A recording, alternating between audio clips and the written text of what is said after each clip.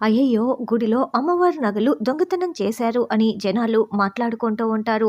దాంతో రఘురాం, శివరాం కూడా గుడికి వచ్చి ఉంటారు.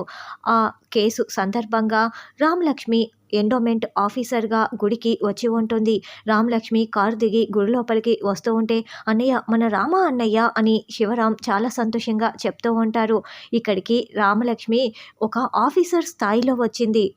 అధికార హోదాలో వచ్చింది కాబట్టి మన రామ అని మాట్లాడకూడదు. ఒక ఆఫీసర్‌గానే మనం చూడాలి అని రఘురాం చెప్తూ ఉంటాడు. అర్చనలు, అభిషేకాలు జరగాల్సిన చోట దొంగతనం జరిగింది. తాళాలు మీ దగ్గర కాకుండా ఇంకెవరి దగ్గరైనా ఉంటాయా అని రామలక్ష్మి పూజారి గారిని అడుగుతూ ఉంటుంది. గుడి తాళాలు 2 సెట్లు ఉంటాయమ్మా. ఒక తాళమేమో పూజారి గారి దగ్గర, ఇంకొకటేమో మా అన్నయ్య రఘురాం గారి దగ్గర అని శివరాం చెప్తాడు.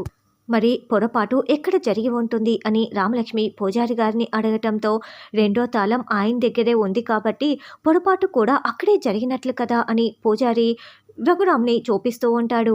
ఈ గుడి ఆవరణలో సీసీ కెమెరాలు ఉన్నాయా అని రామలక్ష్మి అడగటంతో, ఉన్నాయమ్మా అని పూజారి గారు చెప్తారు. అయితే వెంటనే ఆ సీసీ కెమెరాలని ఓపెన్ చేయండి అని రామలక్ష్మి చెప్పటంతో, ఆ సీసీ కెమెరా ఫుటేజ్‌ని రామలక్ష్మికి ల్యాప్‌టాప్‌లో చూపిస్తూ ఉంటారు. ఆ సీసీటీవీ ఫుటేజ్‌లో జానకి బ్యాగుతో వెళ్తూ ఉంటుంది.